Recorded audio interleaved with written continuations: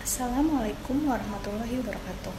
Halo anak-anak Ibu kelas 8, bagaimana kabar kalian di rumah?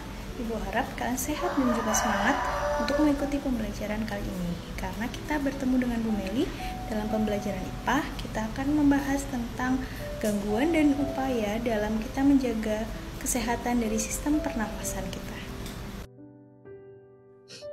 Oke, kita bahas tentang sistem pernafasan pada manusia.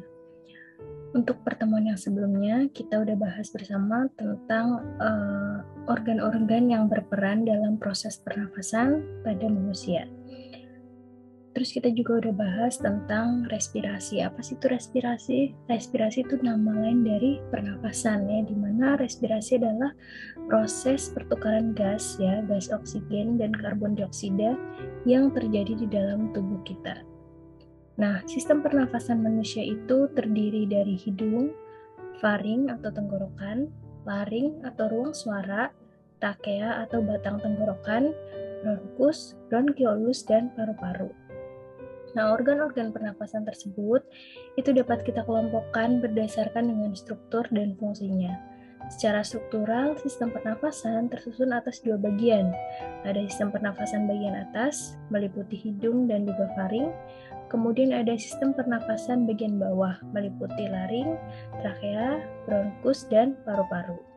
Nah, secara fungsional, sistem pernafasan tersusun atas dua bagian utama.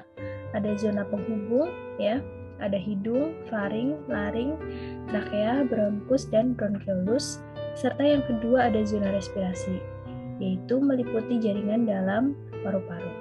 Nah, itu materi yang kita bahas di pertemuan sebelumnya. Nah, sekarang di pertemuan selanjutnya tentang sistem pernafasan manusia, kita akan membahas tentang apa? Kita akan membahas tentang penyakit-penyakit apa saja sih pada sistem pernafasan manusia dan bagaimana upaya kita menjaga kesehatan sistem pernafasan manusia, ya. Kompetensi dasar pertemuan kali ini, kompetensi dasar 3.9 dan 4.9. Kemudian indikatornya 3.9.8 menjelaskan macam-macam gangguan sistem pernafasan manusia, upaya pencegahan dan penanggulangannya. Serta tujuan pembelajarannya, setelah kalian mengikuti pembelajaran jarak jauh atau PJJ, diharapkan kalian dapat menjelaskan macam-macam dari gangguan sistem pernafasan manusia, upaya pencegahan dan penanggulangannya. Oke, langsung saja ya, kita ke gangguan dan upaya menjaga kesehatan sistem pernafasan manusia. Gangguan yang pertama adalah influenza. Nah, influenza ini sering sekali kita diderita oleh orang-orang di sekitar kita ataupun kita sendiri ya, karena virus influenza sendiri itu disebabkan oleh infeksi dari influenza virus.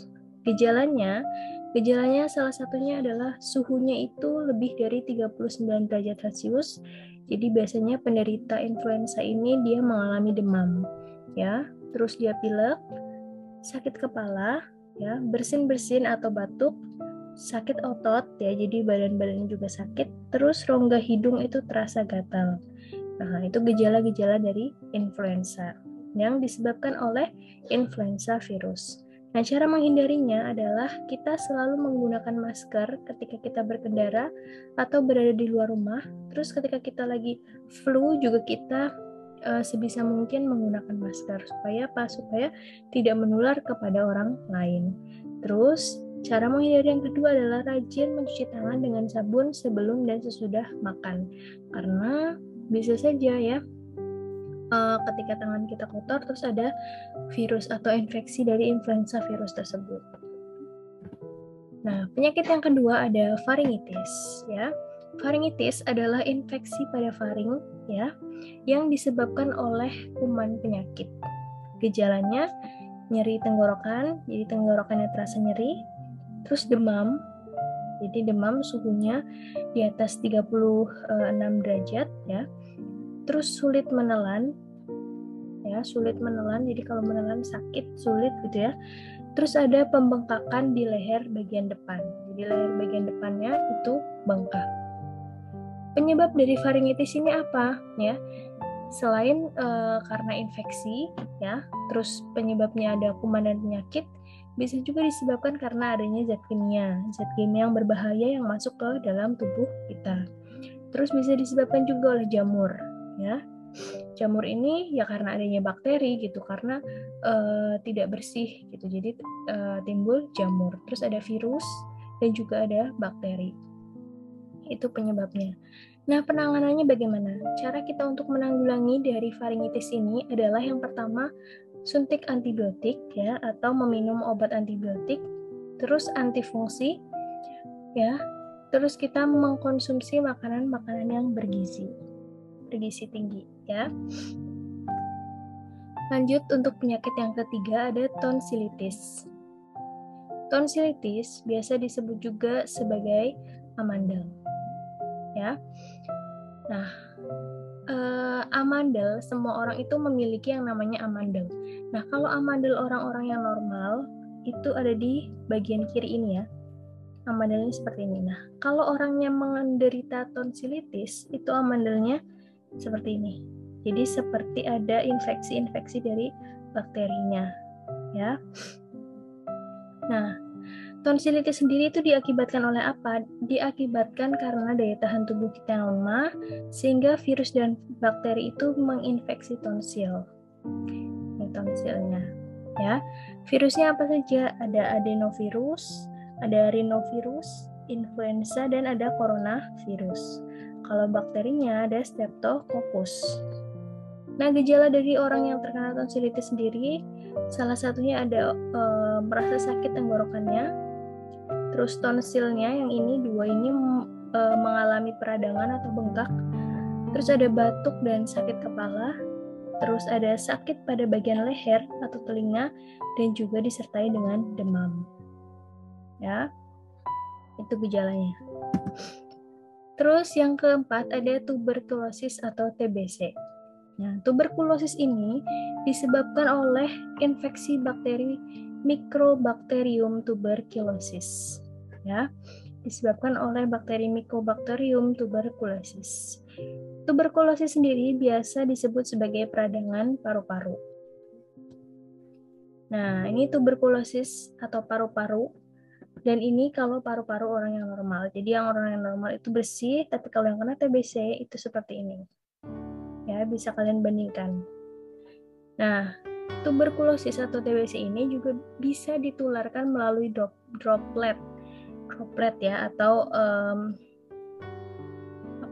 udara, melalui udara. Terus juga bisa melalui alat-alat makan yang digunakan oleh penderita TBC, kemudian dipakai oleh orang yang normal. Itu bisa menularkan penyakit TBC.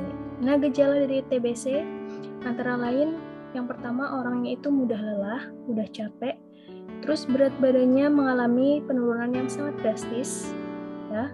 Terus batuknya berdarah. Jadi kalau batuk nanti keluar darah gitu ya, batuknya berdarah. Terus ada sakit pada bagian dada dan sulit untuk bernafas. Itu gejalanya. Nah, pencegahan dari tuberkulosis yang pertama vaksin, ya. Biasanya ini kita lakukan waktu kita kecil, ada vaksin TBC ya. Terus menggunakan masker saat di tempat yang ramai, menutupi mulut saat bersin, batuk dan juga tertawa, serta tidak membuang dahak atau meludah secara sembarangan. Ya, karena tadi ya, tuberkulosis atau TBC dapat menular melalui droplet. Terus sakit yang menyerang organ pernafasan kita selanjutnya ada pneumonia. Pneumonia itu adalah infeksi pada bronchiolus dan alveolus, di mana di bronchiolus dan alveolus itu terdapat cairan yang menyebabkan kita sakit. Nah, cairannya itu ya adalah akibat dari bakteri Streptococcus pneumoniae, ya, bakteri Streptococcus pneumoniae. Gejala dari orang yang kena pneumonia antara lain dia batuk berdahak ya secara terus-menerus, kemudian dia demam, sakit pada bagian dada, dan terkadang kesulitan untuk bernafas. Nah, kalau kalian lihat di gambar ini, ya, ini ada paru-paru orang yang normal, ya, di mana ini di bagian bronchiolus dan alveolus, ya, dan ini ada paru-paru orang yang terkena penyakit pneumonia. Nah, di sini ada cairannya ya, cairan yang disebabkan oleh bakteri Streptococcus pneumonia. Nah, penanganan dari pneumonia adalah yang pertama antibiotik, bisa disuntik ataupun diminum. Terus ada bronkodilator, ya, ini dengan menggunakan alat medis.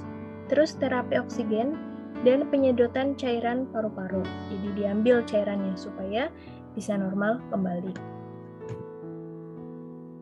Terus gejala yang selanjutnya ada kanker paru-paru, ya, atau lung cancer. Kanker paru-paru itu adalah pertumbuhan sel-sel yang tidak terkendali pada jaringan dalam paru-paru kita. Penyebabnya apa? Penyebabnya adalah 80% dari penyebab kanker paru-paru itu adalah orang yang merokok dalam jangka waktu yang lama, ya. Jadi mungkin merokoknya udah jadi dari kecil, terus tiba-tiba pas udah agak dewasa dia terkena kanker paru-paru karena dia sudah merokok dalam jangka waktu yang lama. Nah, biasanya paru-paru orang yang terkena kanker dan juga orang yang sehat itu berbeda, apalagi dari segi warnanya. Kalau orang yang terkena kanker paru-paru biasanya paru-parunya itu berwarna hitam pekat, ya. Kalau orang yang normal itu kemerahan, merah hati gitu. Kalau orang yang kena kanker paru-paru biasanya warna hitam. Nah, efek dari apa? Dari merokok ini, ya, merokok dalam jangka waktu yang lama, ya. Terus 10-15%-nya itu disebabkan orang yang tidak pernah merokok. Jadi bisa dilihat di sini penyebab utama dari kanker paru-paru adalah merokok dalam jangka waktu yang lama. Gejalanya dari kanker paru-paru yaitu ada batuk berdahak, berat badan yang turun secara drastis, dan nafas menjadi pendek. Nah, upaya kita menanggulanginya bagaimana? Ya dengan operasi, ya, atau dengan kemoterapi karena ini kanker paru-paru. Terus selanjutnya ada asma. Ya, asma itu disebabkan oleh faktor lingkungan dan juga alergi, ya.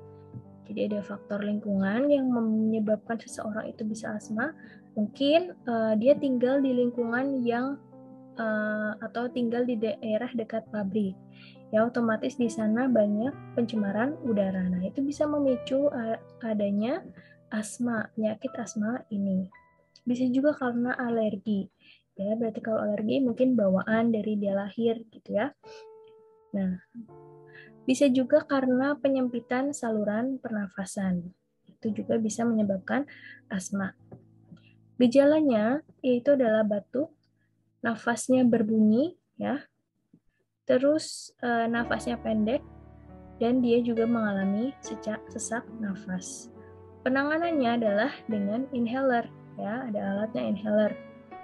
Nah, nih, ya, saluran pernafasan yang mengalami penyempitan, contohnya ini, kalau orang normal saluran pernafasannya terbuka dengan lebar, tapi kalau orang yang kena asma itu dia menyempit, ya, jadi orang otomatis dia akan sulit untuk bernafas dan akan menyebabkan sesak nafas ini tadi, ya, gitu. Nah, penanganan asma adalah dengan inhaler. Yang selanjutnya ada asfiksia. Asfiksia adalah kondisi ketika kadar oksigen di dalam tubuh kita itu berkurang. Ya, penyebabnya apa? Penyebabnya bisa karena kita tersedak paparan asap atau zat kimia, bisa karena tercekik, ya, tercekik. Terus kondisi tertentu pada bayi yang baru lahir dan kelainan, ya, itu bisa menyebabkan asfiksia. Cara pencegahannya bagaimana? Mengunyah makanan secara perlahan dan sempurna. Jadi kalau kita makan jangan buru-buru, ya, harus secara perlahan dan juga sempurna. Pastikan makanannya sudah kita cerna dengan baik, ya, supaya kita tidak atau menghindari dari tersedak ini tadi, ya. Terus menghindari berbicara atau tertawa sambil makan dan menyiapkan air ketika makan untuk berjaga-jaga ketika kita tersedak itu tadi, ya. Yang selanjutnya ada COVID-19. Nah, ini adalah penyakit atau virus yang lagi happening sekarang, ya. Iyalah happening banget, ya. Karena COVID-19 disebabkan oleh virus SARS-CoV-2 dari kelompok coronavirus, ya, penularannya melalui droplet atau air liur. Gejalanya demam lebih dari 38 derajat Celcius, kelelahan atau lemas, terus batuk ya, tidak berdahak, pegal-pegal, tidak nafsu makan, hilangnya kemampuan mengecap rasa atau mencium atau anosmia. Ini adalah gejala dari COVID. Cara pencegahannya dengan 5M ya. Menjauhi kerumunan, menjaga jarak minimal 1 meter dengan orang lain, membatasi mobilitas, memakai masker, dan rajin mencuci tangan dengan sabun ataupun hand sanitizer. Nah, secara umum, upaya kita untuk menjaga kesehatan sistem pernafasan apa? Kalau tadi, upaya menjaga kesehatan dari penyakit-penyakit sistem pencernaan kita, pernafasan kita, ya. Ada penyakit influenza, asma, ya, pneumonia, TBC, ya, COVID-19. Nah, upaya secara umumnya untuk menjaga kesehatan sistem pernafasan kita apa saja? Yang pertama, kita harus rutin berolahraga, ya, minimal seminggu 2 kali gitu. Terus mengkonsumsi makanan-makanan yang bergizi, ya, bergizi seimbang, ya. Terus minum banyak air putih, ya, karena air putih itu mengandung oksigen, jadi sangat bagus sekali untuk sistem pernafasan kita. Rajin mencuci tangan dengan menggunakan sabun, ya, ataupun hand sanitizer. Nah, kalau menggunakan sabun, pastikan airnya juga mengalir, ya, supaya kotorannya atau bakteri-bakterinya jatuh ke bawah. Terus tidak merokok, ya, sebisa mungkin, mampu mungkin untuk tidak merokok, karena kita sudah bahas tadi ya, rokok penyebabnya atau indikasi jangka panjangnya bisa menyebabkan kanker paru-paru, ya. Terus menghindari paparan dari polusi, ya, baik polusi kendaraan ataupun polusi udara yang lain. Terus menjadikan rumah sebagai area yang asri. Maksudnya apa? Di situ banyak pepohonan, terus ada sirkulasi udara yang bagus ya di rumah kita itu. Terus memeriksa kesehatan secara berkala. Bisa medical check up atau bisa dengan pemeriksaan-pemeriksaan yang lain. Oke. Itu saja materi yang Ibu bahas hari ini. Jadi untuk sistem pernafasan pada manusia itu kita hanya 2 pertemuan. Jadi otomatis di pertemuan yang terakhir ini, pertemuan yang kedua, kalian langsung ulangan harian yang kedua. Nanti kalian klik saja linknya lewat Google Form dan nanti akan langsung muncul ulangan yang harus kalian kerjakan. Demikian materi yang sudah Ibu bahas hari ini. Kurang dan lebihnya Ibu mohon maaf. Wabillahi taufiq wal hidayah. Wassalamualaikum warahmatullahi wabarakatuh.